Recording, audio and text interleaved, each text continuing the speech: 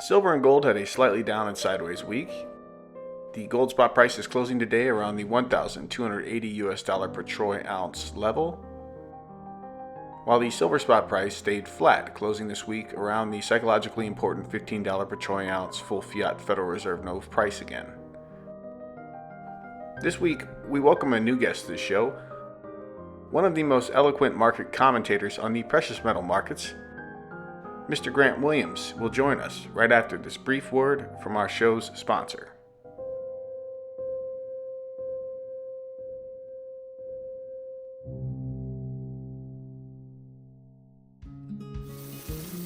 SDBullion.com is a high-volume physical gold, silver, and precious metal dealer. Founded in March 2012 with the goal of providing the lowest cost bullion available, SD Bullion has become one of the largest US-based precious metal dealers and is regularly recognized by Inc. magazine as one of America's fastest growing companies. Having now served over 100,000 customers around the world with over 10,000 positive online reviews, SD Bullion continues to gain industry market share by being one of the premier low-cost options for physical precious metal bullion buyers and sellers.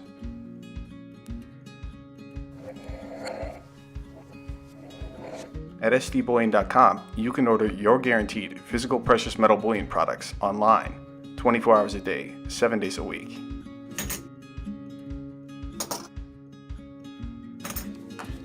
Discreet, low-cost delivery is both fast and always fully insured. You can also choose to purchase various qualifying gold and silver IRA products, which can be held in your individual retirement account for long-term wealth preservation. We are committed to being your trusted source for low-cost, highest quality investment-grade bullion products. Visit SDBullion.com for more information.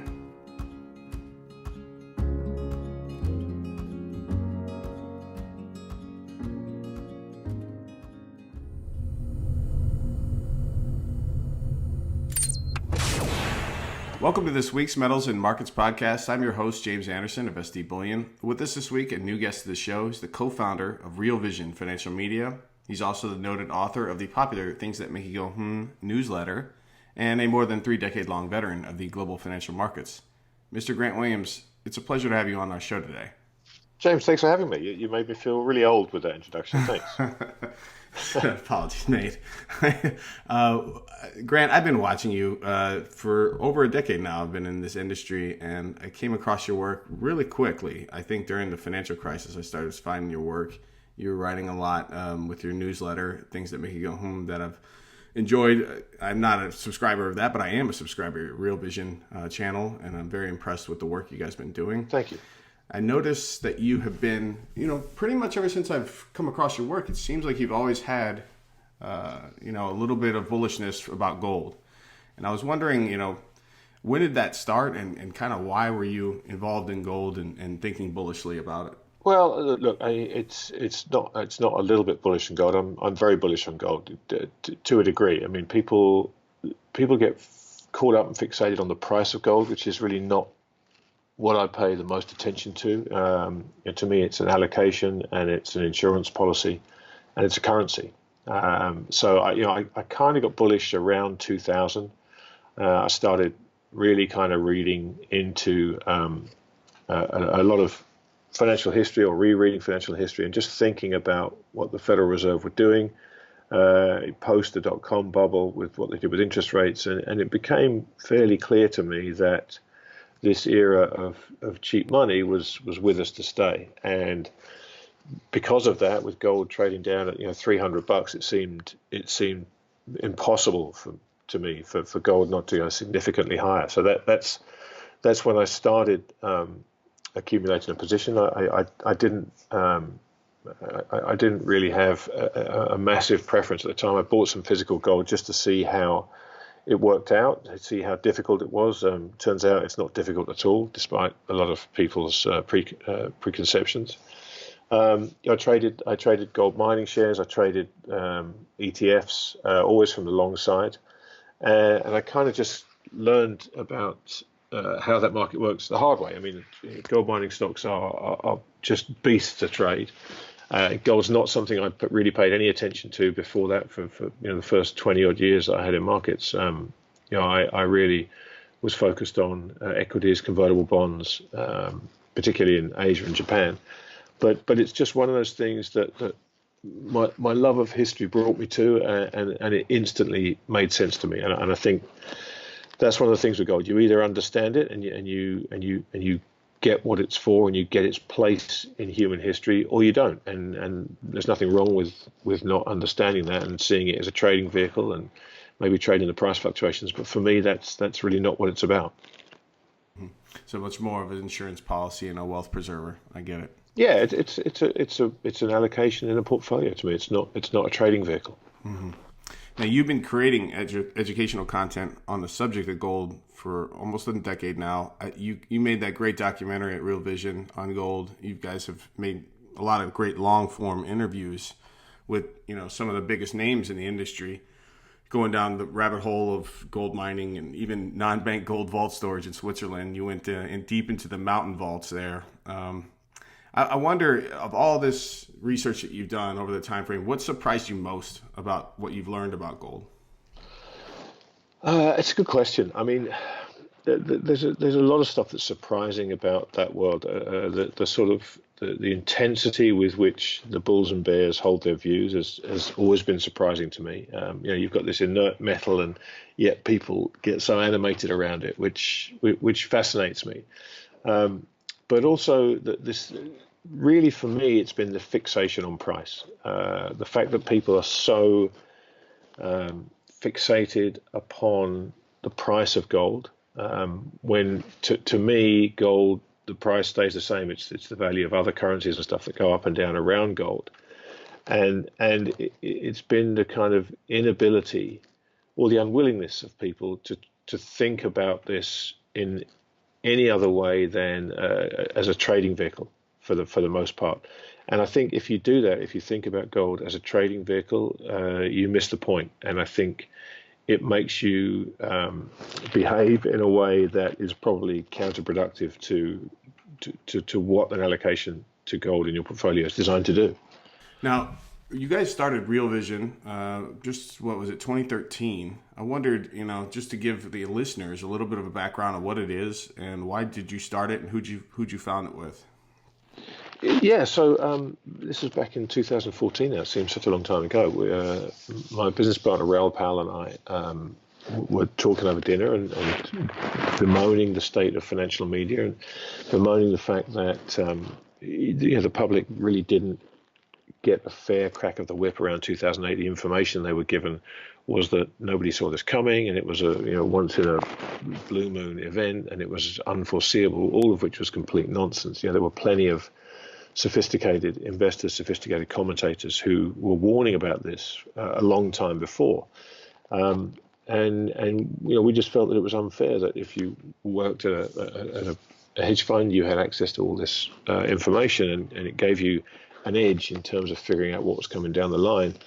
And we wanted to try and right that balance. We wanted to take away the bias of financial media. When you get someone like CNBC, there's no question it's biased towards the bullish side. Bullishness sells advertising space. When you look at the viewing numbers through '08, you'll see that when markets decline, viewers decline. So of course they're biased to the long side. And we just wanted to create a very simple platform with a simple premise. Let's find smart financial minds and just talk to them with no axe to grind, with no, we don't care if they're bullish or bearish.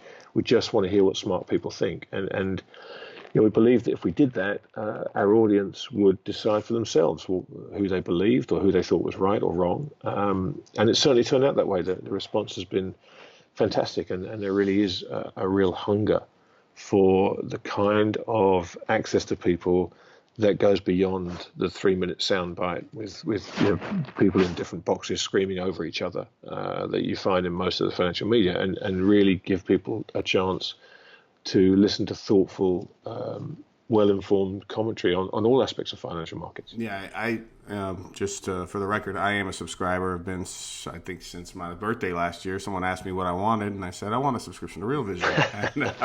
And the truth be known, it's, I think, cheaper than Netflix, and it's been described as the Netflix of high finance, and it certainly is. It covers a gambian of things. It's not simply, what we've talked about thus far. It's not just precious metals. There's tons of other things. So I think anyone who's interested in financial markets would find it fascinating. Well, thanks for the plug. I appreciate it. Yeah, not a problem. Your co-partner at Real Vision, Raoul Paul, he did it was like a 45-minute video that he put in the public domain, which I found to be a very, very important one because it essentially describes the crux that the United States and a lot of the Western world is in. He's on record saying that the poor U.S. demographics and the median boomer retirement savings, they're not that much. And he's basically saying that the Federal Reserve is in a situation, in a quandary, where in the next recession, they're going to have to, again, cut interest rates and probably expand its balance sheet beyond the $8 trillion mark. Now, I know that, the fiat US dollar, it's the reserve currency of the world and all that stuff. And you were over in Japan in the late 80s. That's where you started your career during that Japanese bubble. So it's not an apples to apples comparison. It's not like the yen was the reserve currency of the world in the late 80s. But what are kind of the similarities you see? Are we going down that road? Are we currently in that road where we're just simply propping up our financial markets? And are we just going to be in this quandary for decades to come? I mean, I don't understand. Are we ever going to allow the malinvestments to clear? Well, look, I think that's the $64,000 question. It really is. I think Raoul's absolutely right about what's going to happen in the next recession. And at this point, the die is pretty much cast. The only question is, when does that recession occur? And there's plenty of evidence. If you follow David Rosenberg, particularly, you'll see him putting out evidence on a daily basis that we may already be in it. I mean, obviously, recessions are backward-looking. They never get really quantified and announced until sometimes 18 months after the fact. And there is plenty of evidence to suggest we're in them. Certainly the Fed's U-turn, their stopping of hiking and all the jawboning about potential tools in the next recession and how QE is back on the table and as a normal policy tool and how they would expand the balance sheet suggests that they see something that troubles them. And look, we know it's just a matter of time. And when that recession comes, the Fed is going to be in a very, very tricky situation because they don't have the normal 500 to 600 basis points in reserve to cut interest rates. Rates will likely go negative. They will be forced into purchases, again, likely the same way Japan has. I mean, Bank of Japan is now a huge owner of Japanese equities and ETFs. And we are on the same track as Japan. How far down we are is really unknowable, although friends of mine like Mark Yusko have done some fantastic work that suggest we're about 10 to 12 years behind the Japanese.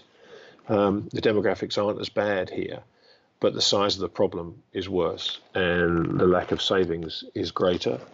So, as you said, you can't make an apples-to-apples comparison, but all the signs are there that the US is headed in exactly that direction. And it kind of makes sense because the central banks all really use the same policies when faced with the same situation. So once you start down that road and you refuse to let recessions happen and you refuse to your point, to let the market clear, you do end up treading the same path that the other central banks have trodden before you. Japan is an object lesson, but that's not to say that those that come after it will learn from it, because to learn from that lesson requires making the kinds of decisions that neither politicians nor central bankers are keen to make, because they will be very unpopular and they'll cause an awful lot of short-term pain. So this idea of kicking the can down the road and preventing that pain in the hope that things turn around and we get some organic growth is a far more palatable one for them, if not in the long term, a far more productive one. Now, this kind of segues into that excellent presentation that you made just a few months ago called Cry Wolf. I'm going to embed that in the show notes so people can find it and watch it. It's a 40-minute presentation, and I found it to be excellent. What was the overall general thesis of the Cry Wolf presentation, if you don't mind, Grant? Sure. Well, look, it was really a thought exercise. I just wanted to get people thinking about things that generally people hear a statement and take one side of the argument and then stay there. And in particular, in this instance, it was the idea of a return to the gold standard. And I was very clear in the presentation. I said, am I saying that return to the gold standard is imminent? No, I'm not. But I do think at some point it's inevitable that we will return to some form of gold standard. It'll probably be a hybrid, but for the ones we've seen in the past, because none of them really would work in today's day and age. But the point I was trying to make was that the general way people think about these things is that nobody is going to choose to return to a gold standard. And I was positing that that's exactly right. Nobody chooses to go back to a gold standard. A gold standard is what happens when certain criteria are met, including stock market turmoil, political turmoil, social turmoil. And we've seen that throughout history in the past. And the only thing missing currently, because we certainly have political turmoil, we certainly have social turmoil, is stock market turmoil. And to me, if that happens in the next recession and the dominoes that began to topple in 2008 start toppling again with the lack of firepower that the Fed and the other central banks have to try and arrest the slide, something is going to give. And in times of crisis in the past, the world has had to go back to some kind of central anchor to the monetary system. And that's always been gold. I mean, the world's been on a gold standard much more than it's been off a gold standard. We just happen to have lived through the only era of pure fiat currency in history. And so it's all we know. And so these changes seem very large. And the reason the presentation was called Cry Wolf was I used the analogy of the reintroduction of the grey wolf to Yellowstone Park back in the 90s when it was suggested that the wolves had died out and they wanted to reintroduce just 31 wolves to Yellowstone Park. And there was tremendous protest. Everybody said it was a terrible idea and they'd kill the elk and they'd kill the deer and the park would be ruined.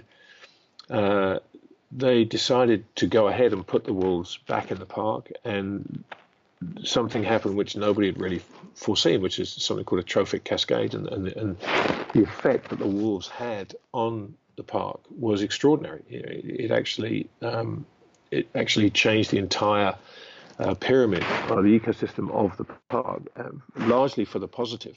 And my contention was that reinstituting gold as the apex predator of the financial system could potentially have a similar effect. Everyone thinks it would be a huge negative, but the potential advantages of doing that might potentially surprise a lot of people. So it really was an effort to just get people to think about this. And again, I don't mind if people decide that I'm full of nonsense. Frankly, that's entirely okay. But just go through the process of thinking it through, and then tell me I'm an idiot. Don't just say, "Oh, a gold standard, it'll never happen," because it's happened plenty of times in the past, and it's always something that mankind goes back to. Now, obviously, you've been in this financial system, working in it for a while now. You've been, I've dated you earlier in the interview. I wanted to, as we close this interview, I wanted to give you a chance. I mean, there's a lot of investors listening to the podcast. I wanted to give you a chance to give them perhaps any lessons or principles that have served you well over this time. Do you know what? For me, the biggest lessons, I think, in finance come from history. I think understanding financial history, reading financial history, and seeing what's happened previously and applying that to the situation around us today is an invaluable tool in trying to understand what happens. We live in a cyclical world, not just the business cycle, but the cycle of life, the cycle of mankind, and there's plenty of work over the years by the likes of Schumpeter, Kondratiev, all about cycles in economics, and understanding the cyclical nature of humanity, and understanding that the answers to any questions you might have about what comes next are sitting there somewhere in history. If you look back to the 1920s, when you're looking for parallels with the massive disparity between rich and poor today, we had this exact same thing. For many of the same reasons back in the late 1920s, at the end of the Roaring '20s, that wealth disparity was at levels roughly approximate to where they are today. And you look at what happened after that. The Great Depression happened, World War II happened, and that's not to say those things will happen again. But what reading history and understanding what happened last time gives you is an advantage to understand the potential outcomes. And really, that's all we can do. None of us can read the future, but understanding potential outcomes based on similar events in the past is a hugely useful tool in trying to handicap potential outcomes. And that's really what this is all about. What's the likelihood of X happening, and if that is the outcome, how do I either protect myself or how do I make money from that? So, the one thing I tell everybody I speak to is, read history, read about years gone by, read books that describe previous financial panics, previous bubbles, because they contain all the answers you need. Well, Grant, I really, on behalf of our listeners, I want to thank you for taking the time today and give you the chance as well. How could people find you? How can they follow you online? You're welcome, James. Thanks for having me. By all means, you can look at Things That Make You Go Home, which is the letter I've written for a decade now. That's at ttmygh.com. You can check out realvision.com, which is, as we discussed earlier on, a fantastic platform and a way to access some of the brightest minds in finance. And I'm on Twitter. You can follow me on Twitter at ttmygh. Grant Williams, thank you so much for coming on the podcast this week. A great pleasure. Thanks for having me.